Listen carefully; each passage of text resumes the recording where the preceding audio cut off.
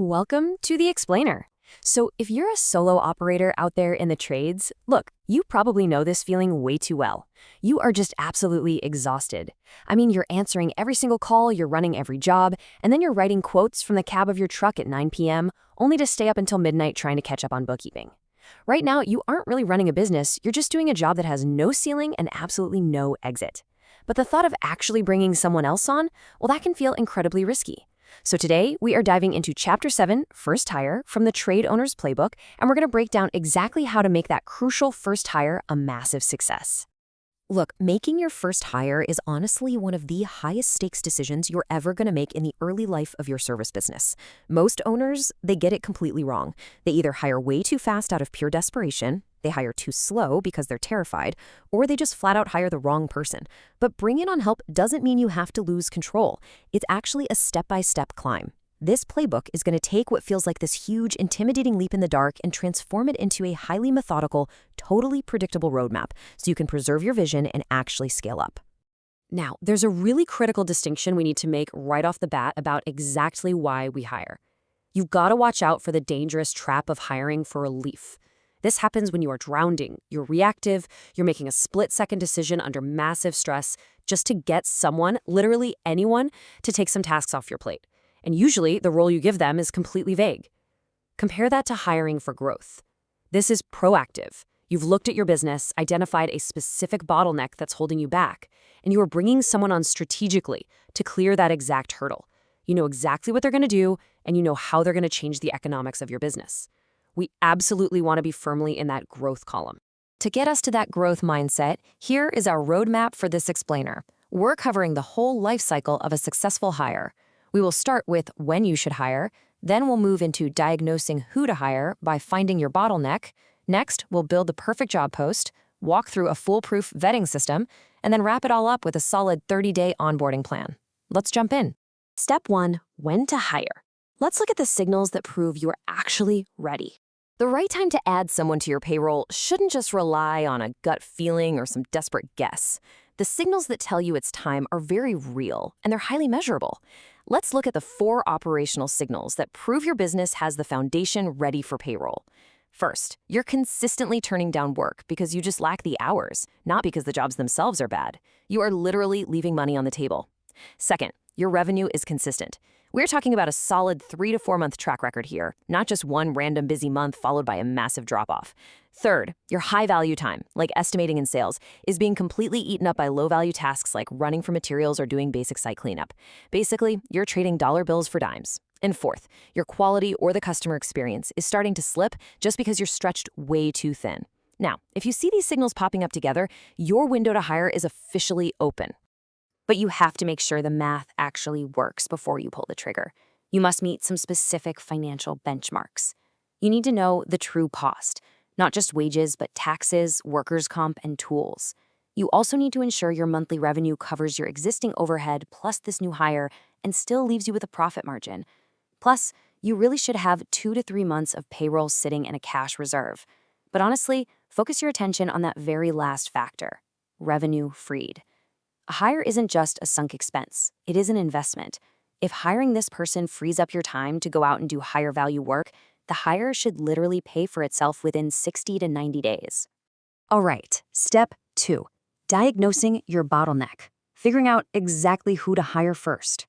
So many owners make the fatal mistake of just hiring out the tasks they personally hate doing. But guys, that is not how you grow a business.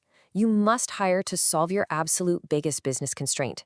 Every single business has 3 core functions. You generate work through sales, you deliver work in the field, and you run the business in the office. You've got to look at your data to find your specific choke point. If you have way more leads than you can possibly handle, your bottleneck is the field. If you have plenty of capacity but no jobs on the schedule, your bottleneck is sales. But if you have both, yet invoices are late and details keep falling through the cracks, your bottleneck is office administration. Now, for most year 1 or year 2 trade businesses, bringing on a field worker is usually the smartest first move. And why is that? Because your revenue is directly tied to your physical production capacity. A field worker literally multiplies your output. Think about it. If you pay them $20 an hour, but their labor allows you to bill out at $100 an hour, that spread right there is your labor margin. Plus, having them out there physically frees you up to go out, sell more jobs, and compound your growth even faster. Step 3, The perfect job post. Clarity in, quality out. Listen, if you just slap a vague post up on some labor marketplace that says something like, looking for a hardworking individual, pay depends on experience, you're going to get vague, unreliable candidates who probably won't even bother showing up to the interview. Your job description is your very first filter.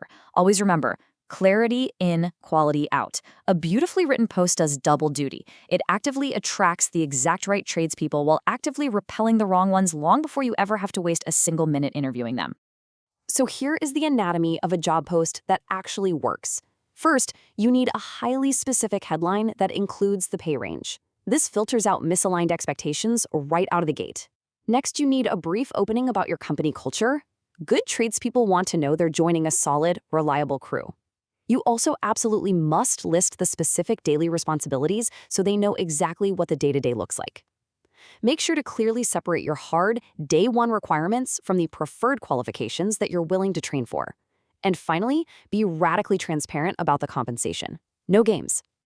Moving to step 4, vetting the candidates. We need to replace gut feel with reality. Let's just be honest with ourselves here. Most of us hire based purely on gut feel. They had a nice firm handshake, they said all the right things, they seem like a good person. But relying entirely on your gut feel in the early days of your business, that's a dangerous recipe for making some incredibly expensive, bad hires. We have to replace that gut feel with cold, hard reality.